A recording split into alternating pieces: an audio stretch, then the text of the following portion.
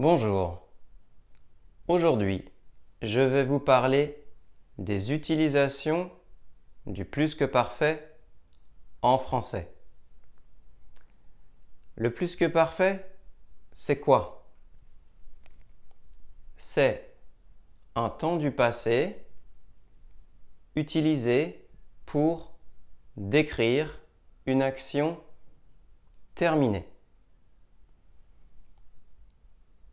Il va donner des détails ou des explications à une situation passée. On l'utilise à l'oral et à l'écrit. Rapidement, maintenant, regardons la formation ou la construction du plus que parfait. La formation ressemble à celle du passé composé. Comme pour le passé composé, on va utiliser l'auxiliaire avoir ou être, conjugué à l'imparfait, plus le participe passé du verbe. Regardons quelques exemples. Avec l'auxiliaire avoir, au passé composé, j'ai mangé.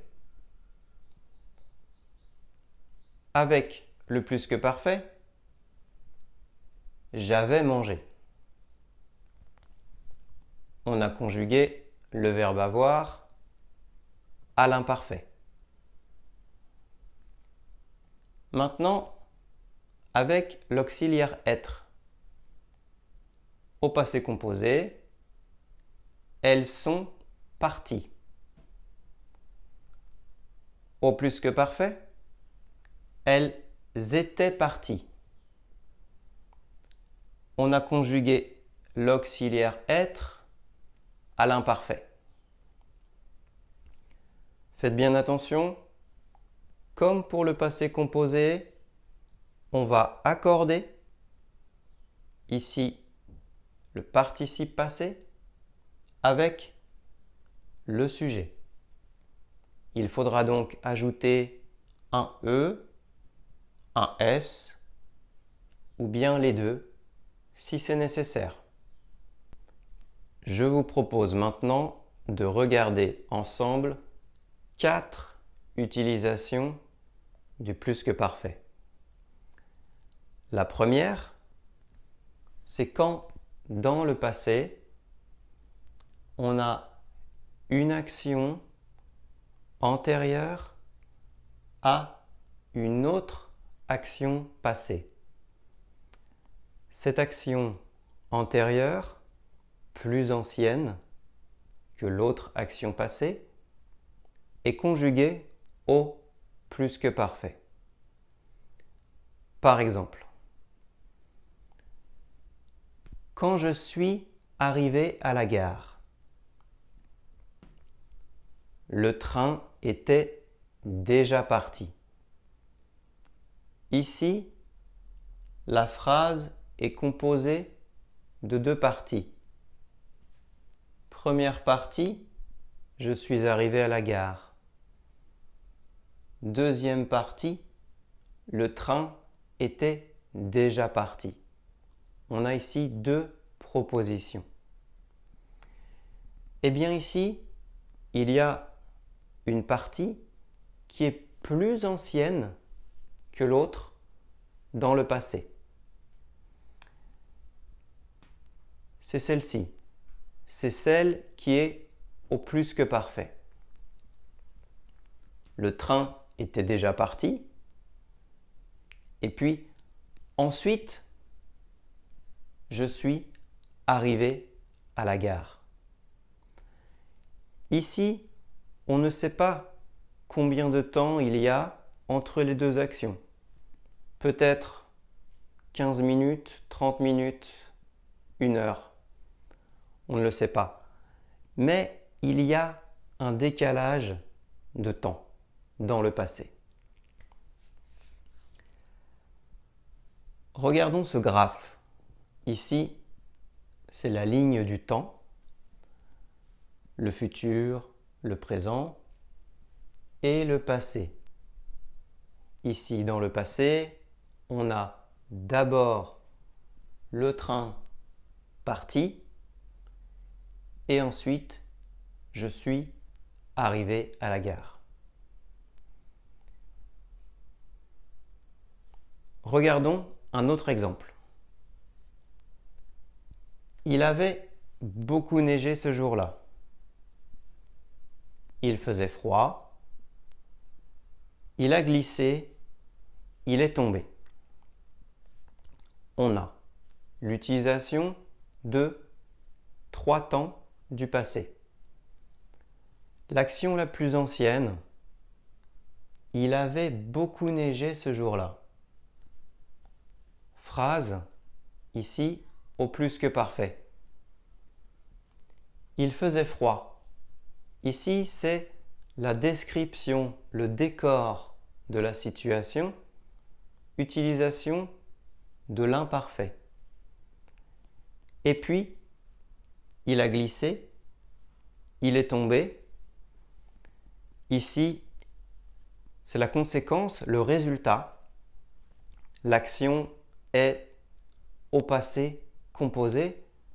C'est ici la partie la plus importante, la partie principale de mon récit.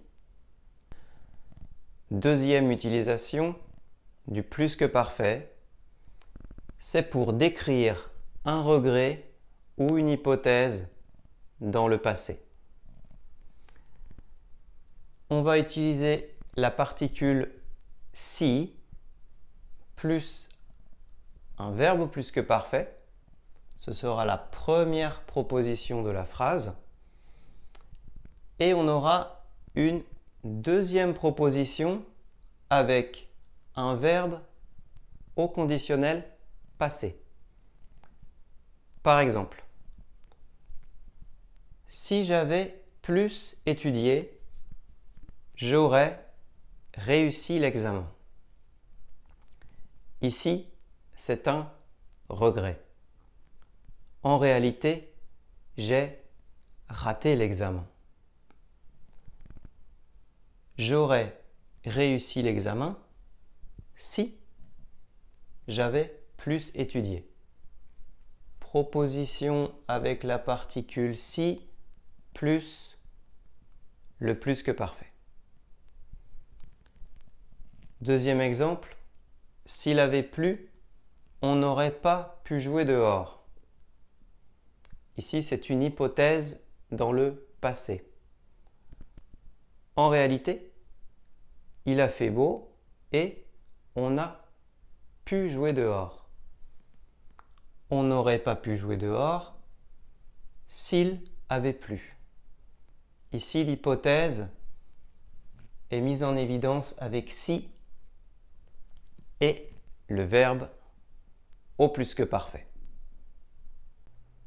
Troisième utilisation du plus que parfait, c'est pour exprimer une action qui dure ou qui continue dans le passé.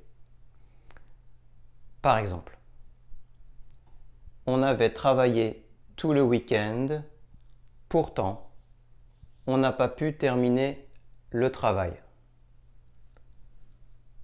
Avait travaillé plus que parfait, a pu passé composé. Alors ici, pourquoi le plus que parfait?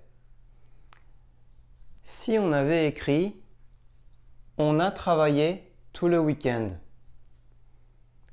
dans ce cas-là, ce serait le week-end dernier. Mais si on dit « on avait travaillé tout le week-end », c'est un week-end plus ancien. Ce n'est pas le week-end dernier. C'est un week-end il y a 2 semaines, il y a 3 semaines, peut-être plus. Et puis, on a ce degré d'insistance sur la durée. Voilà la différence avec le passé composé. Regardons un autre exemple. Elles avaient voyagé tout en travaillant. Là encore, par rapport au passé composé, on note le degré d'antériorité de l'action et puis ce degré d'insistance de la durée. Quatrième utilisation, c'est quand on va transformer une phrase au passé composé du discours direct au discours indirect. Le temps va alors changer et on va passer du passé composé au plus que parfait.